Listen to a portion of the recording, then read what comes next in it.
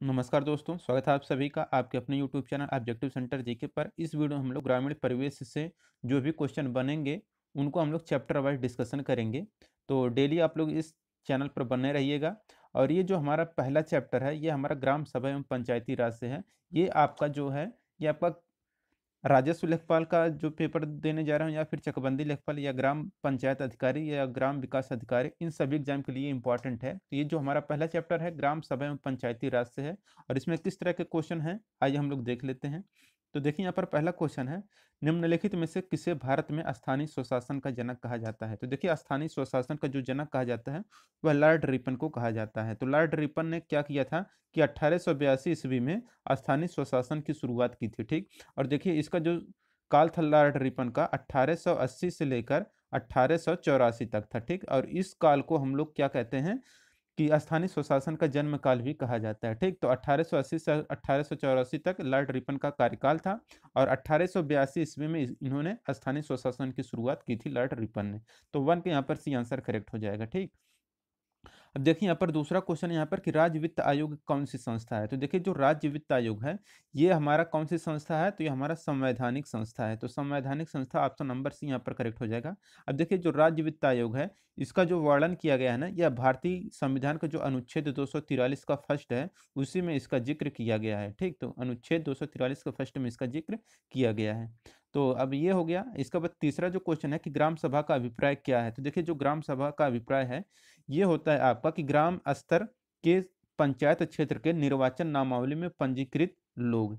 तो यहाँ पर तीसरे का डी आंसर करेक्ट हो जाएगा। ठीक।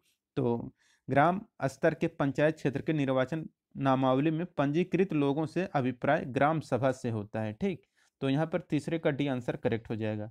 अब देखिए यहाँ पर चौथा क्वेश्चन है। चौथा क्वेश्चन यहाँ पर कह रहा है कि जो पंचायती राज है किस सूची का विषय है। तो देखिए जो पंचायती राज है ये हमारा आता है राज्य सूची के अंतर्गत। ठीक। तो पंचायती राज राज्य सूची के अंतर्गत आता है और यह राज्य सूची का विषय है। पंचायतों को 29 कार्यभार क्षेत्र दिए गए हैं। ठीक। मतलब जो भी होते हैं पंचायत उनको 29 कार्यभार क्षेत्र दिए गए हैं। अब देखिए यहाँ पर है हमारा पांचवा क्वेश्चन कि भारत के पंचायती राज व्यवस्था का वास्तुकार या शिल्पकार किसे कहा जाता है। Option V R Mehta, L M Singhvi, G V K Rai और है आचार्य नरेंद्र देव। तो देखिए भारत में पंचायती राज व्यवस्था को जो वास्तुकार या शिल्पकार कहा जाता है यह कहा जाता है बी आर मेहता को। तो बी आर मेहता यानी कि बलवंत राय मेहता। तो इसे आप लोग जरूर याद रखिए। बी आर मेहता का जो फुल फॉर्म है वो है बलवंत राय मेहता को भारतीय पंचायती राज व्यवस्था का वास्तुकार माना जाता है। तो पांचवें का यहाँ पर ए आंसर करेक्ट हो जाएगा। ठीक। अब देखिए यहाँ पर छठा क्वेश्चन है कि भारत में महिलाओं के लिए स्थान आरक्षित है। तो देखिए भारत में महिलाओं के लिए जो स्थान आरक्षित किए गए हैं यह आरक्षित किए गए हैं पंचायती राज संस्थानों में। तो पंचायती राज संस्थानों में भारत में महिलाओं के लिए स्थान आरक्षित हैं। ये हो गया। इसके बाद यहाँ पर देखिए सातवां क्वेश्चन यहाँ पर कह रहा है कि विकेंद्रीकरण प्रणाली में सिफारिश किसने की थी। तो विकेंद्रीकरण प्रणाली की जो सिफारिश की गई थी यह किए थे बलवंत राय मेहता ने। तो सेवन के यहाँ पर ये आंसर करेक्ट हो जाएगा कि बलवंत राय मेहता समिति ने विकेंद्रीकरण प्रणाली की सिफारिश की थी। इन्होंने त्रिस्तरीय प्रणाली की मांग की थी। ठीक। अब देखिए यहाँ पर आठवां क्वेश्चन है, किस संविधान संशोधन अधिनियम के तहत पंचायत में महिलाओं का 1/3 या 33.33 जो सीट है आरक्षित किया गया है। तो देखिए पंचायत में महिलाओं के लिए जो 1/3 सीट आरक्षित किया गया है यह संविधान का जो संशोधन 73वां है उसी के तहत किया गया था। तो यहाँ पर 8 का भी आंसर करेक्ट हो जाएगा कि 73वें नंबर का जो संविधान संशोधन हुआ था उसके अंतर्गत महिलाओं को पंचायत में 1/3 सीट आरक्षित कर दिया गया था। ठीक। ये हो गया। अब देखिए यहाँ पर नौवां क्वेश्चन है, यदि पंचायत को भंग किया जाता है तो पुनः निर्वाचन कितने समय के अंदर होना चाहिए। तो देखिए यदि पंचायत को भंग किया जाता है तो जो पुनः निर्वाचन कितने समय के अंदर होना चाहिए, तो वो होना चाहिए आपका 6 महीने के अंदर होना चाहिए। तो 6 मंथ यहाँ पर करेक्ट आंसर हो जाएगा। यदि पंचायत समय से पूर्व भंग हो जाती है तो 6 माह की अवधि के अंदर चुनाव करवाना अनिवार्य माना जाता है। चुनाव करवाने की जो जिम्मेदारी होती है वह राज्य सरकार पर होती है। ठीक। और यह सुनिश्चित करती है कि 6 माह के अंदर चुनाव संपन्न हो जाए। वैसे पंचायत की निर्धारित जो अवधि होती है वह 5 वर्ष की होती है। ठीक। यानी कि जो पंचायत होता है यह 5 साल के लिए होती है, इसकी जो समय निर्धारित की जाती है। लेकिन अगर यह भंग हो जाता है तो इसको 6 महीने के अंदर पुनः निर्वाचन करना अनिवार्य है। ठीक। तो ये हो गया आपका 9वें का बी आंसर। ग्राम शब्द का उल्लेख सर्वप्रथम किस वेद में मिलता है? तो देखिए ग्राम शब्द का जो उल्लेख मिलता है, ये मिलता है आपका ऋग्वेद में। तो ऋग्वेद में ग्राम शब्द का सर्वप्रथम उल्लेख मिलता है, ठीक। तो यहाँ पर 10 का ए आंसर करेक्ट हो जाएगा। और देखिए इस साहित्य में गांवों की समृद्धि के लिए प्रार्थना की गई थी। अब देखिए है हमारा अब 11 नंबर का क्वेश्चन कि ग्राम पंचायत अध्यक्ष अथवा सदस्य का चुनाव लड़ने के लिए न्यूनतम आयु कितनी होनी चाहिए? तो देखिए ग्राम पंचायत अध्यक्ष अथवा सदस्य का चुनाव लड़ने के लिए जो न्यूनतम आयु होनी चाहिए वह होना चाहिए आपका 21 वर्ष का, ठीक। तो यहाँ पर आपका करेक्ट आंसर हो जाएगा 21 वर्ष, कि ग्राम पंचायत अध्यक्ष या सदस्य का चुनाव लड़ने के लिए न्यूनतम आयु 21 वर्ष का होना चाहिए। ग्राम सभा का सदस्य बनने हेतु जो आयु सीमा होती है वह 18 वर्ष। तो इससे आप लोगों को कन्फ्यूजन को दूर रखना है कि जैसे कि पंचायत का सदस्य बनने की जो न्यूनतम आयु है वह 21 वर्ष निर्धारित की गई है, ठीक। तो पंचायत का सदस्य बनने की जो न्यूनतम आयु है वह 21 वर्ष है, ठीक। लेकिन ग्राम सभा का सदस्य अगर आपको बनना है तब उसके लिए जो न्यूनतम आयु रखी गई है तो वह 18 वर्ष है, ठीक। तो ग्राम पंचायत तो हो गया आपका, अथवा सदस्य का चुनाव लड़ने के लिए जो न्यूनतम आयु है वह 21 वर्ष है। लेकिन ग्राम सभा का सदस्य बनने के लिए जो न्यूनतम आयु सीमा है वह 18 वर्ष निर्धारित की गई है, ठीक। तो हमें आशा है कि आप लोग इसे समझ गए होंगे। देखिए जब आपका कहेगा कि ग्राम पंचायत, तो ग्राम पंचायत की अगर बात करेगा तो इसके लिए हमारा कितना समय निर्धारित है, 21 साल। लेकिन जब यही कहेगा कि ग्राम सभा, तो देखिए जब ग्राम सभा की बात करेगा तो ये आपका 18 साल है, ठीक। तो इस बात को आप लोग जरूर ध्यान रखिए, कन्फ्यूजन में मत होगी। कहेगा ग्राम पंचायत के लिए अथवा सदस्य बनने के लिए चुनाव लड़ने के लिए न्यूनतम आयु कितना होना चाहिए, तो 21 वर्ष। लेकिन जब कहेगा कि ग्राम सभा का कितना होना चाहिए तो उसके लिए 18 है। इस बात को जरूर याद रखिएगा, आप लोग कन्फ्यूजन में मत रहिएगा, नहीं तो ये आप लोग गलती कर देंगे, ठीक। अब देखिए 12 नंबर का क्वेश्चन है कि जवाहरलाल नेहरू ने राजस्थान के नागौर जिले में सर्वप्रथम कब पंचायती राज का शुभारंभ किया था? तो इसके लिए जो शुभारंभ किया था वह 2 अक्टूबर 1959 को किया था। तो 12 का यहाँ पर बी आंसर करेक्ट हो जाएगा, ठीक। तो 12 का बी आंसर हो जाएगा कि 2 अक्टूबर 1959 को।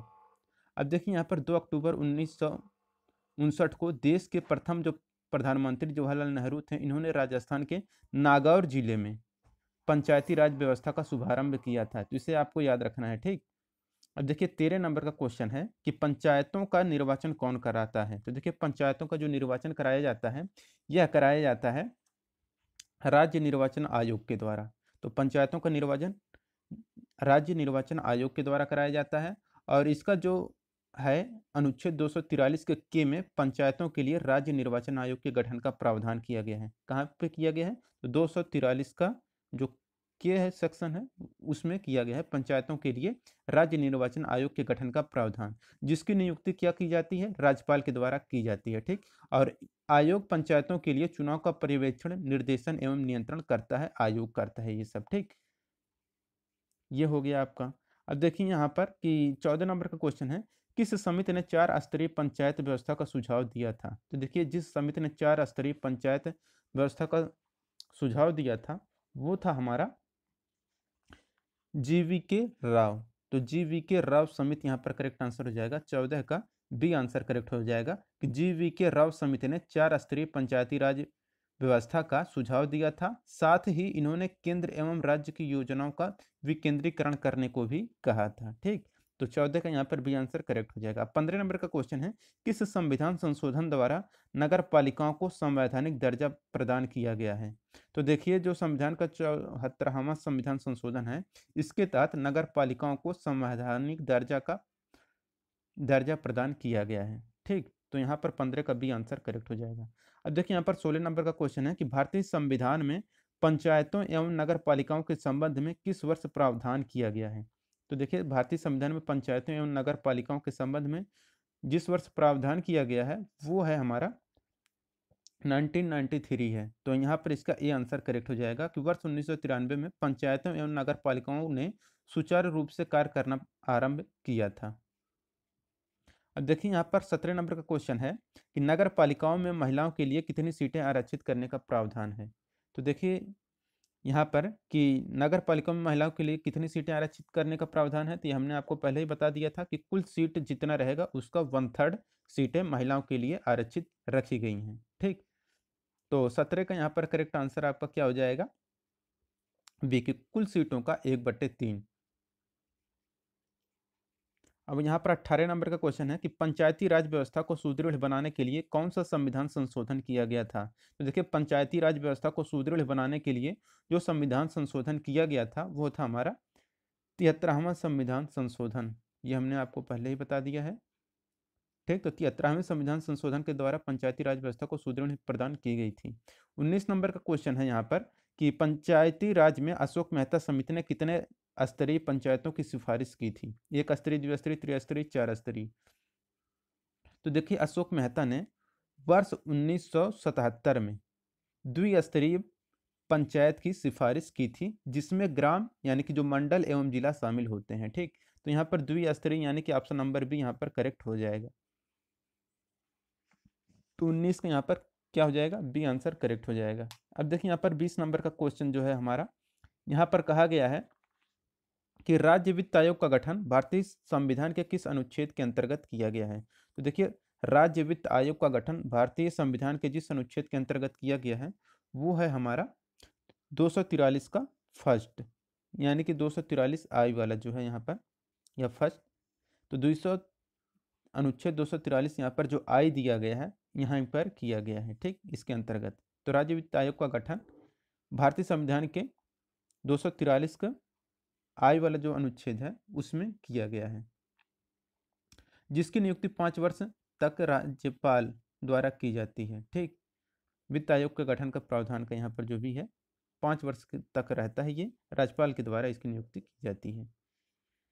पंचायतों का कार्यकाल कितने वर्ष का होता है। तो देखिए जो भी पंचायतों का कार्यकाल होता है वह 5 वर्ष का होता है प्रथम अधिवेशन से। ठीक, तो प्रथम अधिवेशन से 5 वर्ष तक रहता है ये। तो 21 का यहाँ पर ए आंसर करेक्ट हो जाएगा। 22 नंबर का क्वेश्चन है कि सामुदायिक विकास कार्यक्रम कब शुरू किया गया था। तो देखिए सामुदायिक विकास कार्यक्रम जो शुरू किया गया था यह शुरू किया गया था 2 अक्टूबर 1952 को। तो ऑप्शन नंबर सी यहाँ पर करेक्ट हो जाएगा कि 2 अक्टूबर 1952।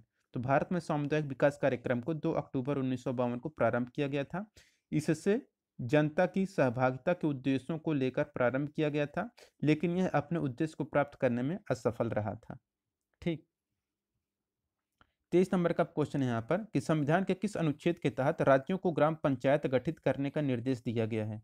देखिए संविधान के जिस अनुच्छेद के तहत राज्यों को ग्राम पंचायत गठित करने का निर्देश दिया गया है वह हमारा अनुच्छेद है 40। तो अनुच्छेद 40 के अंतर्गत ग्राम पंचायत का गठन करने का निर्देश दिया गया है।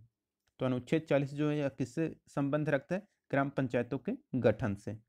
यह राज्य के नीति निर्देशक सिद्धांत के अंतर्गत आता है। जो अनुच्छेद 40 है यह राज्य के नीति निर्देशक सिद्धांत के अंतर्गत आता है और इसके तहत राज्यों को इसका गठन करने की शक्ति भी दी गई है। इसे आप लोग याद रखिएगा कि ग्राम पंचायतों का गठन अनुच्छेद 40 है और यह नीति निर्देशक सिद्धांत के अंतर्गत आता है। अब देखिए 24 नंबर का क्वेश्चन है कि बलवंत राय मेहता समिति का गठन कब किया गया था। तो देखिए बलवंत राय मेहता समिति का जो गठन किया गया था यह वर्ष 1957 में किया गया था। बलवंत राय मेहता समिति की गठन किया गया था। तो बलवंत राय मेहता समिति का गठन वर्ष 1957 में किया गया था। 25 नंबर का क्वेश्चन यहाँ पर किस संविधान संशोधन के तहत अरुणाचल प्रदेश में अनुसूचित जनजातियों के लिए पंचायत में आरक्षण संबंधी प्रावधान समाप्त कर दिया गया है। तो देखिए ये जो संविधान संशोधन था वह था 83 में, जो 83वां संविधान संशोधन था इसके तहत क्या किया गया था कि भारतीय संविधान संशोधन के द्वारा अरुणाचल प्रदेश में अनुसूचित जनजातियों के लिए पंचायत में आरक्षण संबंधी प्रावधान समाप्त कर दिए गए थे अरुणाचल प्रदेश में। ठीक, तो 83वां संविधान संशोधन यहाँ पर करेक्ट आंसर हो जाएगा। 26 नंबर क्वेश्चन है कि अनुच्छेद 11 के तहत पंचायतों के कार्यक्षेत्र में आने वाले कुल कितने विषय दिए गए हैं। तो यहाँ पर देखिए जो कुल विषय दिए गए हैं वह 29 विषय दिए गए थे। 29 विषय यहाँ पर आपका करेक्ट आंसर हो जाएगा, जिसमें जो प्रमुख हैं जैसे कि ग्रामीण आवास हो जाएगा, पेयजल, पुस्तकालय, बाजार व मेला, लघु वन उपज, मत्स्य पालन, पशुपालन, डेयरी उद्योग, सामाजिक वानिकी, लघु सिंचाई, जल प्रबंधन, ये सब विषय कुछ महत्वपूर्ण हैं। ठीक, जो कि 29 विषय के अंतर्गत आते हैं। अब देखिए यहाँ पर 27 नंबर का क्वेश्चन है कि योजना आयोग की सिफारिश पर GVK राव समिति का गठन कब किया गया था। तो देखिए योजना आयोग की सिफारिश पर GVK राव समिति का जो गठन किया गया था यह किया गया था 1985 में। तो 1985 यहाँ पर ऑप्शन नंबर बी करेक्ट हो जाएगा। ठीक, अब देखिए यहाँ पर 28 नंबर क्वेश्चन है कि भारत में पंचायती राज दिवस कब मनाया जाता है। तो देखिए भारत में पंचायती राज दिवस जो मनाया जाता है यह 24 अप्रैल को मनाया जाता है। तो 24 अप्रैल यहाँ पर करेक्ट आंसर हो जाएगा। 29 नंबर क्वेश्चन है किस अनुच्छेद के तहत नगर पालिकाओं में आरक्षण संबंधी प्रावधान दिया गया है। तो देखिए जो अनुच्छेद है हमारे 243 का टी वाला सेक्शन, इसी के अंतर्गत नगर पालिकाओं में आरक्षण संबंधी प्रावधान दिया गया है। ठीक, तो नगर पालिकाओं में आरक्षण जब संबंधी जो प्रावधान है वह अनुच्छेद 243 का टी में दिया गया है। इसे आप लोग याद रखिएगा। अब देखिए यहाँ पर 30 नंबर क्वेश्चन है कि भारत में प्रथम नगर निगम की स्थापना कहाँ की गई थी। तो देखिए भारत में प्रथम नगर निगम की जो स्थापना की गई थी यह मद्रास, जो कि वर्तमान में क्या है, चेन्नई के नाम से जाना जाता है, यहीं पर किया गया था। तो भारत में प्रथम नगर निगम की स्थापना मद्रास में की गई थी और मद्रास का जो वर्तमान नाम है अब वह चेन्नई कर दिया गया है। ठीक, तो चेन्नई का पुराना नाम क्या था, मद्रास, मद्रास का नया नाम क्या है, चेन्नई। ये भी आपके एक क्वेश्चन बन सकता है। अब देखिए यहाँ पर 31 नंबर का क्वेश्चन है कि शिवाजी के काल में ग्राम प्रधान के रूप में कौन कार्य करता था। तो देखिए शिवाजी के काल में ग्राम प्रधान के रूप में जो कार्य करते थे वह पाटिल रहते थे। तो ठीक, तो यहाँ पर देखिए शिवाजी के काल में ग्राम प्रधान के रूप में पाटिल कार्य करता था। शिवाजी के प्रशासनिक व्यवस्था में अष्टप्रधान व्यवस्था प्रमुख थी, जिसमें कार्यों व उनके प्रशासनिक इकाइयों की उचित व्यवस्था की गई थी। ठीक, तो यहाँ पर आपका सी आंसर करेक्ट हो जाएगा, पाटिल। 32 नंबर क्वेश्चन है यहाँ पर कि मध्यकालीन भारत में ग्रामीण स्वशासन की प्रणाली जिसे कि पंचायती राज व्यवस्था किन कारणों से कमजोर हो गई है। ठीक, तो मध्यकालीन भारत में ग्रामीण स्वशासन की जो प्रणाली जिन कारणों से कमजोर हो गई थी वह था हमारा यहाँ पर करेक्ट आंसर आपका क्या हो जाएगा, 32 का डी वाला, कि उपरोक्त सभी, यानी कि नगरों पर अधिक ध्यान देना, जमींदारी को बढ़ावा देना, जागीरदारी प्रथा को बढ़ावा देना, उपरोक्त सभी यहाँ पर डी वाला करेक्ट आंसर हो जाएगा। तो मध्यकाल में नगरों के विकास पर अधिक ध्यान दिया गया, वहीं मुगल काल में विशेषकर जमींदार एवं जागीरदारी प्रथा का विकास बड़े स्तर पर हुआ। इन सभी कारणों से ग्राम पंचायतों का पतन हो गया था। ठीक, तो यहाँ पर ये डी आंसर करेक्ट हो जाएगा।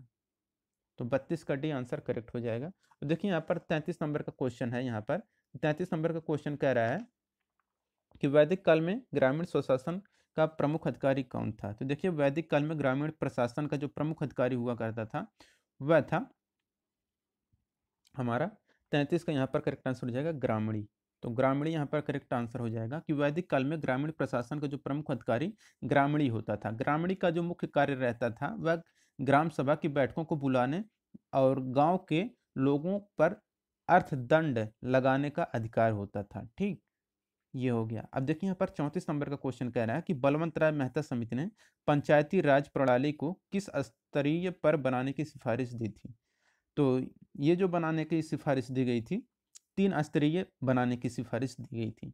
ठीक, तो वर्ष 1957 में क्या हुआ था कि गठित जो बलवंत राय मेहता समिति ने पंचायती प्रणाली को 3 स्तरीय बनाने की सिफारिश की थी, जिसमें ग्राम पंचायत समिति एवं जिला पंचायत शामिल हैं। ठीक, तो 3 स्तरीय यहाँ पर करेक्ट आंसर हो जाएगा।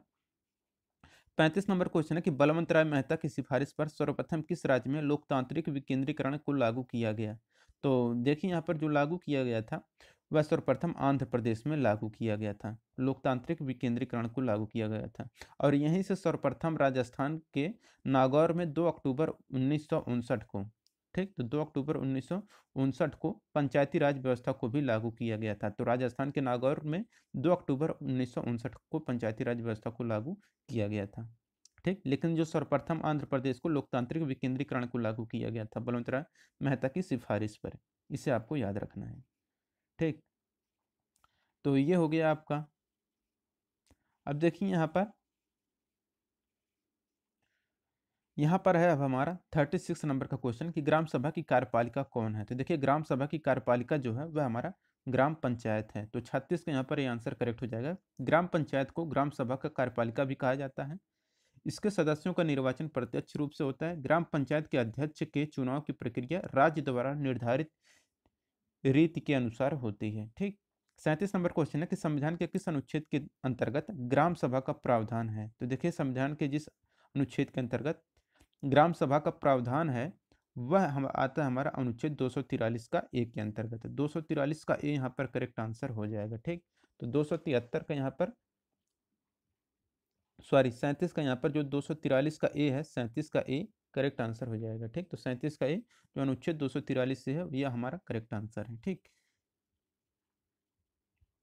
अब देखिए यहाँ पर 38 नंबर का क्वेश्चन है, किस संवैधानिक संशोधन अधिनियम के तहत पंचायती राज व्यवस्था को संवैधानिक दर्जा दिया गया है? तो देखिए ये जो संवैधानिक दर्जा दिया गया है यह 73वें संविधान संशोधन के द्वारा दिया गया है। ठीक, तो 38 का यहाँ पर बी आंसर करेक्ट हो जाएगा। 38 का बी आंसर करेक्ट हो जाएगा। ठीक, कि 73वां संविधान संशोधन जो हुआ था 1993 में, इसी अधिनियम के तहत इसको शामिल किया गया था या दर्जा दिया गया था। और ये हो गया। इसके बाद यहाँ पर 39 नंबर क्वेश्चन है यहाँ पर कि पंचायती राज व्यवस्था के संदर्भ में पीके गुंथन समिति का गठन कब किया गया था? तो देखिए पीके गुंथन समिति का जो गठन किया गया था 1989 में किया गया था। तो 1989 यहाँ पर करेक्ट आंसर हो जाएगा कि पंचायती राज व्यवस्था के संदर्भ में पीके गुंथन समिति का गठन वर्ष 1989 में किया गया था। इन्होंने पंचायतों को संवैधानिक दर्जा देने की सिफारिश की थी। तो 1989 यहाँ पर करेक्ट आंसर हो जाएगा। 40 नंबर क्वेश्चन है कि किस समिति ने पंचायती राज संस्थान को संवैधानिक दर्जा देने की सिफारिश की थी? तो संवैधानिक दर्जा देने का यहाँ पर जो किए थे तो LM सिंघवी समिति ने किया था। तो LM सिंघवी समिति यहाँ पर करेक्ट आंसर हो जाएगा। ठीक, तो 40 का ये आपका करेक्ट आंसर हो जाएगा, ऑप्शन नंबर डी। अब देखिए यहाँ पर 41 नंबर क्वेश्चन है, उत्तर प्रदेश पंचायती राज विधि अधिनियम किस वर्ष पारित किया गया था? तो देखिए उत्तर प्रदेश पंचायती राज विधि अधिनियम जिस वर्ष में पारित किया गया था वो था हमारा 1994 में। ठीक, और इस अधिनियम के पारित होने के पश्चात पंचायती राज संस्था को संवैधानिक दर्जा प्राप्त हो गया था। ठीक, अब देखिए 42 नंबर का क्वेश्चन है कि उत्तर प्रदेश में कौन से स्तरीय पंचायत राज व्यवस्था को अपनाया गया है? तो ये क्वेश्चन पहले भी आ चुका है। उत्तर प्रदेश में त्रिस्तरीय पंचायती राज व्यवस्था को अपनाया गया है। इसमें ग्राम स्तर पर ग्राम पंचायत, मध्यवर्ती स्तर पर या विकास खंड स्तर पर क्षेत्र पंचायत होता है और जिला स्तर पर जिला पंचायत होता है। ठीक, तो यही आपके 3 स्तरीय हैं। और पंचायत राज व्यवस्था की जो मूल इकाई है वह ग्राम होती है। तो 3 स्तर हमने आपको बता दिया कि ग्राम स्तर पर ग्राम पंचायत, मध्यवर्ती स्तर या विकास खंड में क्या होते हैं, क्षेत्र पंचायत होते हैं, और जिला स्तर पर जिला पंचायत होते हैं। यही आपके 3 स्तर हैं। ठीक, ग्राम सभा का सदस्य होने के लिए न्यूनतम आयु कितनी निर्धारित की गई है? तो हमने आपको पहले ही बता दिया है कि ग्राम सभा का सदस्य होने के लिए जो न्यूनतम आयु है वह हमारा 18 वर्ष है। तो ग्राम सभा का सदस्य के लिए 18 वर्ष है, जबकि प्रधान और उप प्रधान के लिए जो न्यूनतम आयु है वह हमारे 21 वर्ष है। इसे याद रखिएगा कि ग्राम सभा का सदस्य होने के लिए जो न्यूनतम आयु निर्धारित है वह 18 वर्ष निर्धारित है, जबकि प्रधान एवं उप प्रधान के लिए न्यूनतम आयु 21 वर्ष निर्धारित की गई है। इसे भी आपको याद रखना है। ठीक, अब देखिए यहाँ पर 44 नंबर क्वेश्चन है कि उत्तर प्रदेश में कितनी संख्या पर पंचायत क्षेत्र के गठन का प्रावधान है? तो उत्तर प्रदेश में जो संख्या है कि 1000 की जनसंख्या पर पंचायत क्षेत्र के गठन का प्रावधान किया गया है। ठीक, तो उत्तर प्रदेश में 1000 की जनसंख्या पर पंचायत क्षेत्र के गठन का प्रावधान है। 1000 से कम जनसंख्या होने की स्थिति में कई गांवों को सम्मिलित करके पंचायती क्षेत्र का गठन किया जाता है। ठीक, तो अगर 1000 से कम जनसंख्या है तो उसमें क्या किया जाता है कि बहुत सारे गांवों को सम्मिलित करके पंचायती क्षेत्र का गठन किया जाता है। अब देखिए 45 नंबर क्वेश्चन है कि भारतीय संविधान के किस अनुच्छेद में पंचायती राज के गठन संबंधी प्रावधान है? तो ये हमने पहले ही बता दिया था, ये क्वेश्चन आ चुका है। तो अनुच्छेद 40 के अंतर्गत है और यह नीति निर्देशक तत्वों के अंतर्गत आता है। ठीक, और यह क्या है? तो देखिए संविधान के स्थानीय सरकार का विषय राज्य सूची में शामिल है और अनुच्छेद 40 के अंतर्गत सभी राज्यों में विधानसभाओं को अधिकार दिया गया है कि वे स्थानीय स्वशासन की व्यवस्थाओं के लिए कानून बनाएं। ठीक, तो ये हो गया आपका। 46 नंबर क्वेश्चन है कि पंचायत की आयु के स्रोतों में किसे शामिल किया गया है? तो देखिए पंचायत की आयु के स्रोतों में जिसे शामिल किया गया है वो है हमारा व्यापार एवं रोजगार कर। तो व्यापार एवं रोजगार कर ऑप्शन नंबर 1 करेक्ट आंसर हो जाएगा। ठीक, तो पंचायत के आय के स्रोत में व्यापार एवं रोजगार कर, मनोरंजन कर और इसके बाद दुग्ध उत्पादन कर, ये सभी आपके आते हैं। ठीक, तो यहाँ पर आपका करेक्ट आंसर क्या हो जाएगा? डी वाला, ये सभी कि व्यापार एवं रोजगार कर, मनोरंजन कर, दुग्ध उत्पादन कर, यह सभी पंचायत की आय के स्रोत। यहाँ पर आय रहेगा, आयु नहीं रहेगा। ठीक, तो आयु नहीं रहेगा, ये हमारा आय रहेगा। तो पंचायत के आय के जो भी स्रोत हैं उसमें शामिल किया गया है। ठीक, इन सभी को। तो 46 की यहाँ पर डी आंसर करेक्ट हो जाएगा। कर लगाने का जो अधिकार है यह प्रधान के पास निहित होता है। ठीक,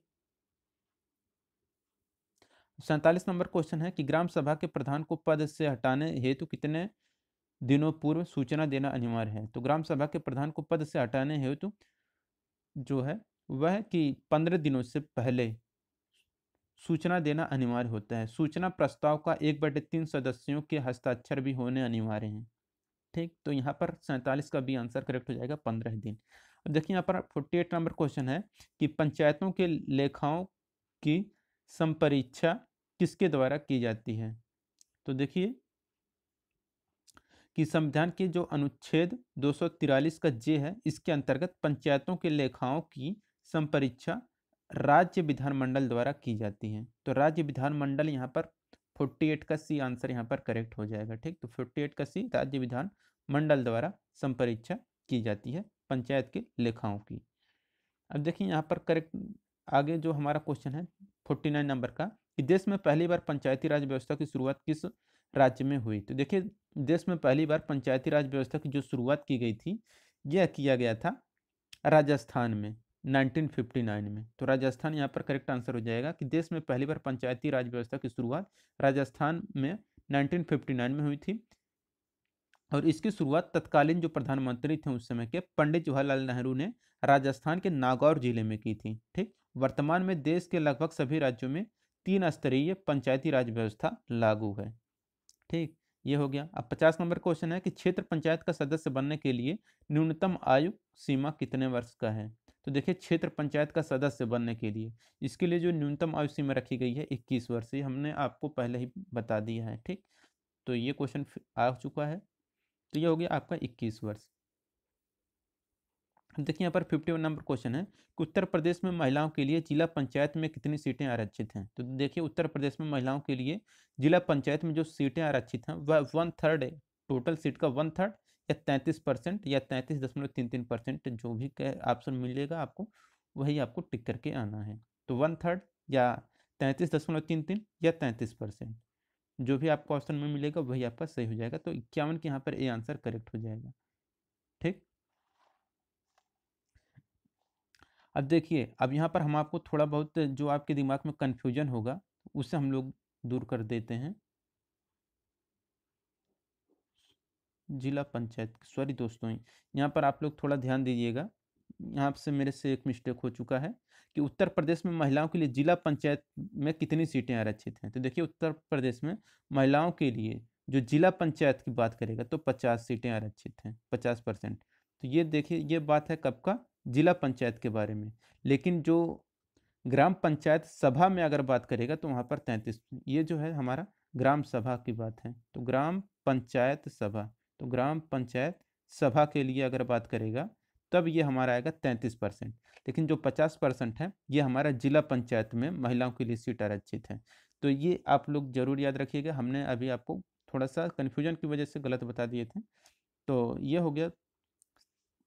तो इसे आप लोग जरूर ध्यान में रखिएगा कि जिला पंचायत की जब बात करेगा तो महिलाओं के लिए 50% सीट आरक्षित है। लेकिन जब ग्राम पंचायत सभा की बात करेगा तो ग्राम पंचायत सभा की बात करेगा तो वहाँ पर 33% सीटें आरक्षित हैं। इस बात को आप लोग जरूर ध्यान रखिएगा। अब ये जो 33% है इसमें आपको 33.33% भी देखने को मिल जाएगा ग्राम पंचायत सभा में, या फिर आपको 33% या टोटल सीट का 1/3 मिल जाएगा। ठीक, तो इसे आप लोग जरूर ध्यान में रखिएगा कि वो जो 50% है ये जिला पंचायत के लिए है, ये आपका जिला पंचायत के लिए। ठीक, और ये क्या है, ग्राम सभा के लिए है, ग्राम पंचायत सभा के लिए। इसे आप लोग जरूर याद रखिएगा, कन्फ्यूजन में मत रहिएगा, इसे आप अपना सही कर लीजिएगा।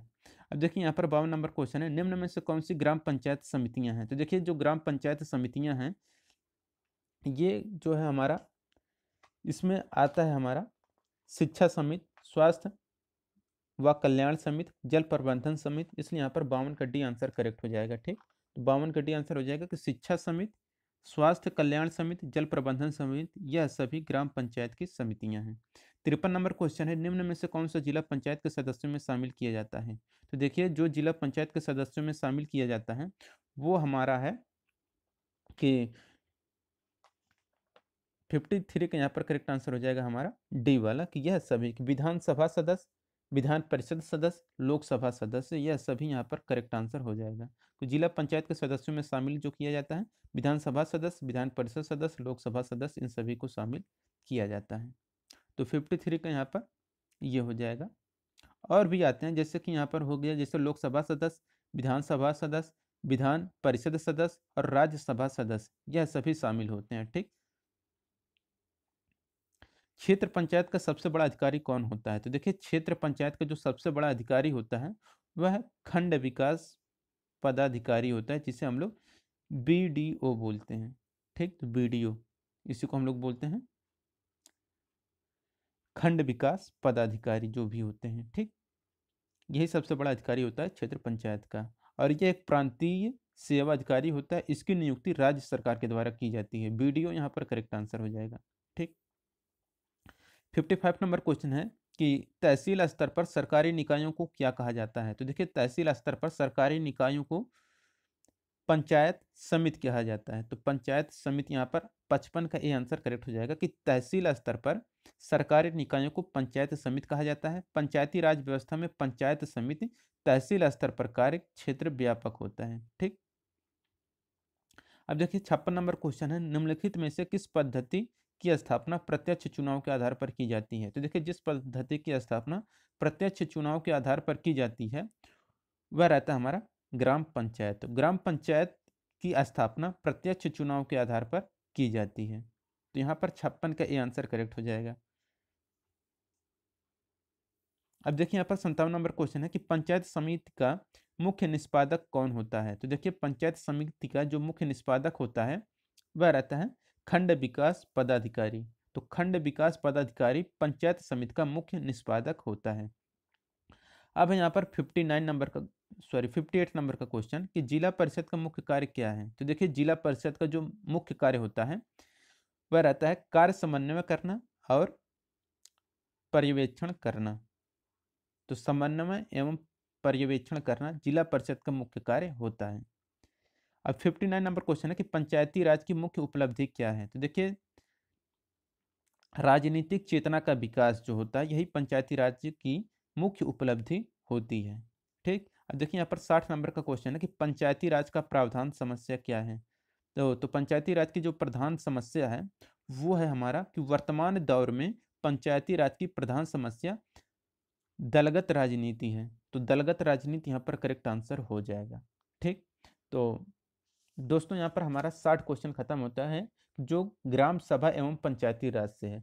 दूसरा जो चैप्टर रहेगा वह हमारा रहेगा कृषि से संबंधित जो महत्वपूर्ण शब्दावली एवं क्रांति हैं, वही हम लोग वीडियो देखेंगे। और देखिए, इसका प्लेलिस्ट हमने बना के रख दिया है और वो जो प्लेलिस्ट है हम आपको डिस्क्रिप्शन बॉक्स में दे देंगे। तो जो भी स्टूडेंट नए होंगे उस प्लेलिस्ट में जाएं, वहाँ पर आप चैप्टर वाइज सारे चैप्टर को आप अपना ऑब्जेक्टिव जो भी है आप अपना कंप्लीट कर लीजिएगा। ये लेखपाल के लिए, राजस्व लेखपाल के लिए, चकबंदी लेखपाल के लिए, बीडीओ के लिए या ग्राम विकास अधिकारी, सभी के लिए इंपॉर्टेंट है। तो उसे आप लोग जरूर देख लीजिएगा। ठीक, तो और हमारा वीडियो आ जाएगा कल कृषि से संबंधित महत्वपूर्ण शब्दावली एवं क्रांतियाँ। लिंक हम आपको डिस्क्रिप्शन बॉक्स में दे देंगे, आप वहाँ से देख सकते हैं। अगर आप हमारे चैनल पर नए हैं तो चैनल को जरूर सब्सक्राइब कर लीजिए और अपने दोस्तों के साथ शेयर करिए। मिलेंगे नेक्स्ट वीडियो में। Thank you.